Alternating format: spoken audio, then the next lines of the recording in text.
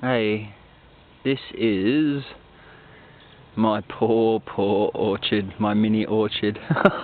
I've got a lot more fruit trees around, but this was the first kind of area where I initially planted a lot of trees. I've got pears, plums, cherries, peaches, quince, apricot and locusts in here. So basically what's happened is, because of everything else I've been focusing on, I've really let this place go into neglect. So as we're coming into winter, here anyway, I really want to work on it and try and bring it up to standard, so next year we'll hopefully, get a lot of nice new growth. And it's really a mess. Like, I've really just let it go. I've really kind of focused on, I had the sheep and the chicken coop and the 10 by 10 project thing and the house itself and all this other kind of stuff, that I've really just put this on the back burner and just let it go. So I've kind of been doing a little bit of work. I'll show you. Let me just come up here. Oh look, shadow. Alright, so this is one of the, let me get across so you don't get the shadow. This was a pear tree. I think it's a Packham's pear from memory. So instead of having just a little bit of mulch just around the base that I initially put in, we've put in some water pipe. I've put in some water pipe, you can see it there, and that just goes, it actually sinks right down to the ground about 30 centimetres, and it's got a little spike on it with a little hole, so you can just plug that into your the water tanks here, because they're uphill, so, and it just gravity feeds.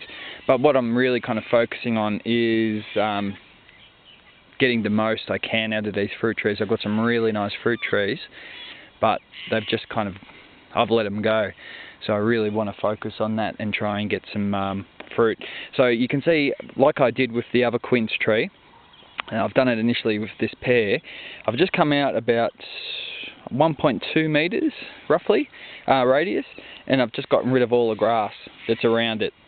I'm going to mulch on top of that, and I'm going to dig down a little bit more and do a few other things as well, just so you can kind of see the process. I just really want to document it for you guys to show you, because a lot of people do move into homes and flats and places, whatever, and they've got some fruit trees there, and the fruit trees aren't fruiting anymore, they haven't been pruned for ages, and insufficient water supply, all that kind of stuff.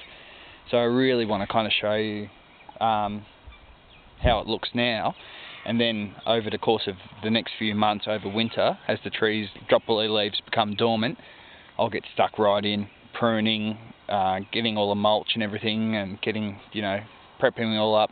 A lot of stuff that I'll really just kind of go over as we go along. You can see, I'll show you this cherry tree. You can see, look, it did initially have mulch around it, and that's bedded down. The runner grass has just grown back over the top. The tree needs a bit of a prune. It's, a bit sad. So a couple of these trees are going to go. There's actually a couple that just didn't do well, or I transplanted and they didn't take off. And when the sheep got out a while ago, they really hooked into a few, and it's been a bit of a drama, but it's not a lost cause, so it's just going to be a matter of a bit more attention and prepping over the next few months, and then hopefully with the new spring growth and summer, we'll see some action out of these old fruit trees. So like I said, there's plum trees. Now, most plums require a cross-pollinator, so everything on here that needs a cross-pollinator has actually got it on the property somewhere else. So the cross-pollination is not an issue. It was really just a project of me creating a mini orchard, so to speak. So this area is probably, good question, probably about 15 by 15. So I guess you could call it a 15 by 15 orchard project. So we'll see how we go. They need attention, they need feeding, better better system so they get enough water during fruiting, all that kind of stuff. So we'll see how we go. I'm going to replace a few trees as well, put some more apples in. So bare rooted season's coming up, so we'll see if I can pick up some more, and we'll go from there. And as I'm kind of doing it bit by bit, I'll do the videos too, and I'll show you step by step how it's going along. Cool. Alright, thanks for watching. I hope you're all well. See you soon.